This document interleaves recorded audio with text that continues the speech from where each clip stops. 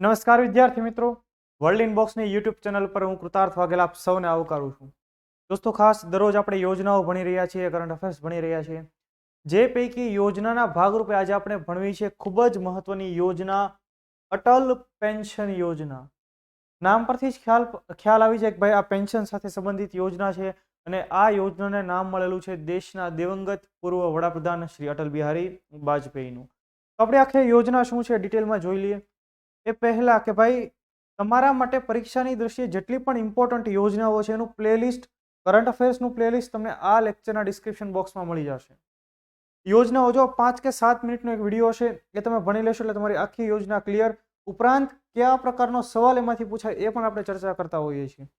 તો વધારે સમય ન લેતા આપણે જોઈએ અટલ પેન્શન યોજના. તો તમને તરત પ્રશ્ન થાય કે ભાઈ પેન્શન તો મળતું જ હોય, સરકારી કોઈ કર્મચારી હોય, કોઈ અધિકારી હોય તો એને રિટાયરમેન્ટ બાદ પેન્શન વગેરે મળતું હોય, તો આવી બધી યોજનાઓ શા માટે? તો આપણે ખાસ એ પાછળનો જેનો ઉદ્દેશ છે એ પણ જોવાનો છે.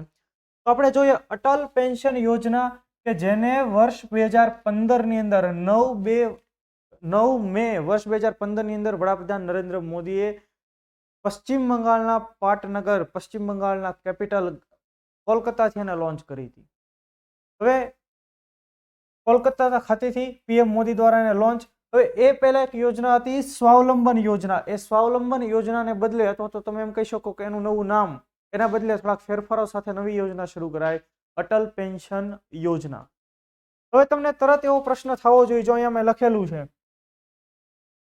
કે કોઈ પણ જે નોકરી કરનાર વ્યક્તિ હોય એ કાં તો સંગઠિત ક્ષેત્રમાં હશે અને કાં તો અસંગઠિત ક્ષેત્રમાં. હવે તરત આપણને પ્રશ્ન થાય કે આ બંને સેક્ટર કોને કહેવાય? Organised sector and unorganised sector. કે કોઈ સરકારી કર્મચારી, કોઈ સરકારી અધિકારી છે, કોઈ બેંકની અંદર કામ કરે છે, કોઈ મલ્ટીનેશનલ કંપનીમાં કામ કરે છે, TCS, ઇન્ફોસિસ, વિપ્રોમાં કામ કરે છે, તો એ શું કહેવાય? એક ઓર્ગેનાઇઝડ સેક્ટર કહેવાય. કે ત્યાં કામ કરનારા લોકોના પગારમાંથી દર મહિને થોડાક રૂપિયા કપાતા હશે અને એને અમુક સમય બાદ એનું પેન્શન મળે.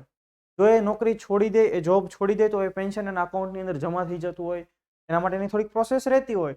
તો આ બધા એવા ફિલ્ડ કે જ્યાં એને એક પ્રકારે ઓર્ગેનાઇઝ સેક્ટર કહેવાય. મોટી મોટી કંપનીઓ હોય, સરકારી કર્મચારીઓ બધા હોય, બેન્કિંગની તમે ખાસ વાત કરો તો એને કહેવાય ઓર્ગેનાઇઝડ સેક્ટર, સંગઠિત ક્ષેત્ર. તો ત્યાં કામ કરનારા લોકોને તો પેન્શન મળવાનું છે, પણ કોઈ મજૂરી કામ કરે છે, દૈનિક મજૂરી કરે છે, તો એવા લોકોને પેન્શન મળતું નથી હોતું. તો સરકારે એવું વિચાર્યું કે ભાઈ જ્યારે એમની ઉંમર 60 વર્ષથી વધારે થઈ જાય ત્યારે એમને શરીર નથી ચાલવાનું, તો જીવન નિર્વાહ માટે થઈને દર મહિને કંઈક પેન્શન સ્વરૂપે રકમ મળે તો કેટલું સારું.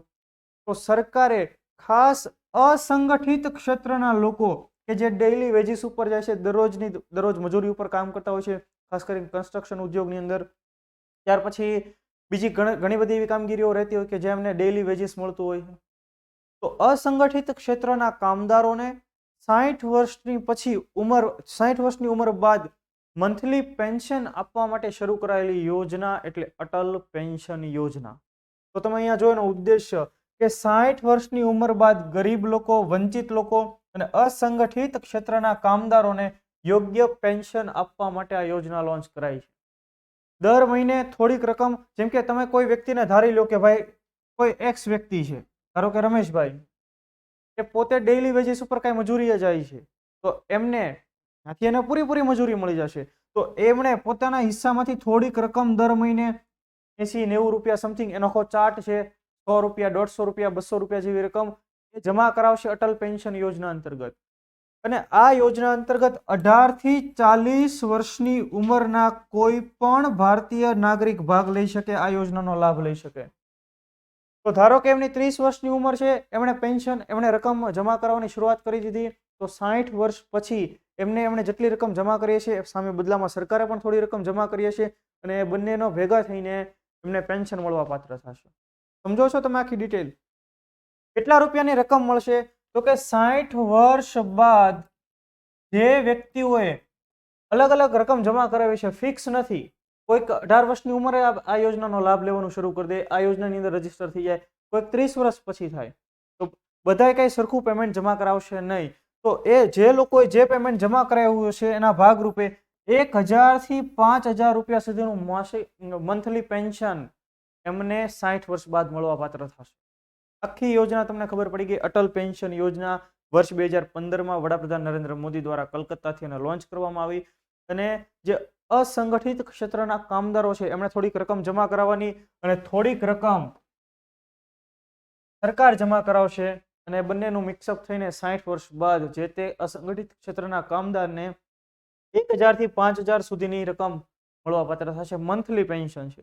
અને આખી યોજનાની દેખરેખ કોણ કરશે અને એને એડમિનિસ્ટર કોણ કરશે? તો કે pension fund regulatory and development authority. Pension fund regulatory and development authority PFRDA એ આખી આ યોજનાને મેનેજ કરશે, એનું એડમિનિસ્ટ્રેશન કરશે.